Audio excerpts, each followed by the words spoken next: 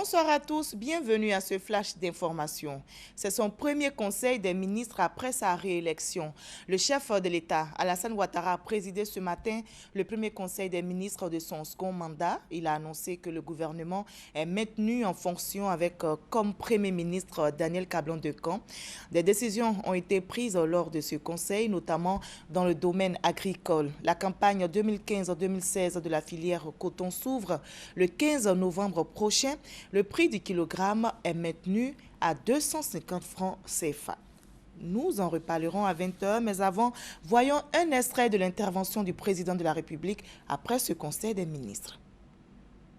Monsieur le Premier ministre, Messieurs les ministres d'État, Mesdames, Messieurs les ministres, lors de mes visites d'État que j'ai effectuées durant mon premier mandat et à l'occasion de la campagne pour l'élection présidentielle, j'ai pu me rendre compte des réalisations du gouvernement. Elles sont nombreuses. J'ai aussi mieux cerné les attentes de nos concitoyens.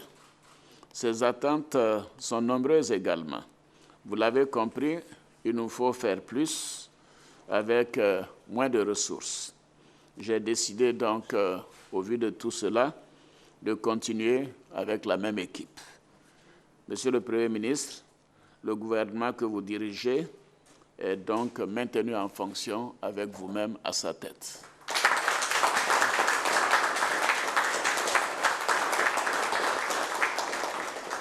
Monsieur le Premier ministre, Mesdames, Messieurs les membres du gouvernement, Mesdames, Messieurs les ministres membres du cabinet présidentiel, j'attends de vous que tous les dossiers en instance initiés au cours de mon mandat précédents soient traités avec célérité afin de les conduire à terme dans les meilleurs délais. Comme vous le savez, j'attache du prix au respect des engagements que j'ai pris auprès de nos concitoyens. D'autre part, sur la base du projet que j'ai soumis à nos compatriotes, dont vous avez rappelé les orientations tout à l'heure, je vous demande de faire adopter par le gouvernement, avant la fin de l'année 2015, notre programme national de développement, le PND 2016-2020, qui est en cours de préparation. Ceci nous permettra d'initier de nouveaux projets pour continuer à améliorer les conditions de vie de nos concitoyens. Voilà, c'était l'intervention du président de la République, Alassane Ouattara, au Conseil des ministres de ce mercredi 4 novembre. Un avion cargo s'est écrasé ce matin à Juba, au Soudan du Sud. Peu après son décollage, on déplore au moins 30 morts. C'est un cargo de fabrication russe. L'avion se dirigeait vers Paloche, dans l'état du Haut-Nil, une région fortement touchée par le conflit qui sévit actuellement au Soudan du Sud. Mais qu'est-ce qui a bien pu provoquer ce crash? Certaines sources parlent d'une surcharge de l'appareil. La Croix-Rouge et des équipes de recherche sont sur place et on vient de l'apprendre. Selon le constructeur, l'avion n'était pas en état de voler.